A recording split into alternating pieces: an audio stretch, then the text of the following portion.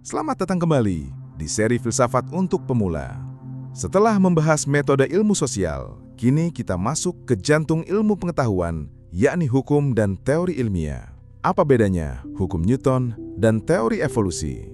Apakah hukum itu pasti dan teori itu hanya dugaan? Mari kita ikuti percakapan antara saya dan Bung Fahri. Bung Fahri, saya sering bingung, kenapa ada yang disebut hukum ilmiah dan ada yang disebut teori ilmiah? Bukankah teori itu belum pasti dan hukum itu sudah terbukti? Banyak orang berpikir begitu, Fikri. Tapi sebenarnya, hukum dan teori punya fungsi yang berbeda. Bukan soal mana yang lebih benar, tapi bagaimana keduanya menjelaskan dunia. Hukum ilmiah adalah deskripsi tentang pola yang konsisten di alam. Ia tidak menjelaskan mengapa, tapi hanya apa yang terjadi.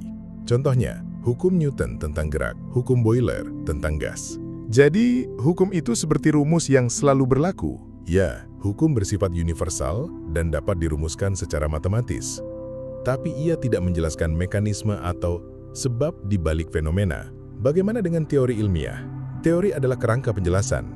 Ia menjawab mengapa dan bagaimana suatu fenomena terjadi. Contohnya teori evolusi Darwin, teori relativitas Einstein. Berarti teori itu lebih kompleks daripada hukum. Betul, teori bisa mencakup banyak hukum, asumsi, dan konsep.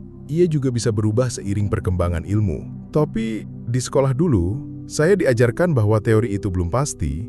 Kalau sudah terbukti, baru jadi hukum. Itu mitos, Fikri. Teori tidak naik pangkat jadi hukum, keduanya punya peran berbeda. Hukum mendeskripsikan, sementara teori menjelaskan. Wah, jadi selama ini saya salah paham. Bukan salah, tapi belum lengkap. Filsafat ilmu membantu kita melihat kedalaman konsep-konsep ini. Jadi hukum itu seperti pola tetap, dan teori itu seperti cerita di balik pola itu. Analogi yang bagus.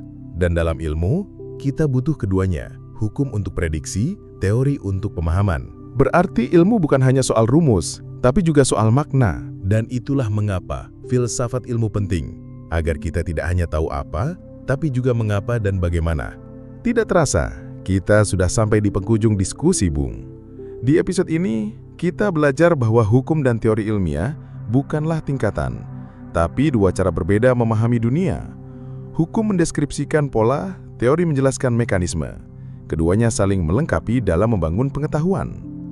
Di episode berikutnya, kita akan membahas ilmu pengetahuan dan ruang kehidupan.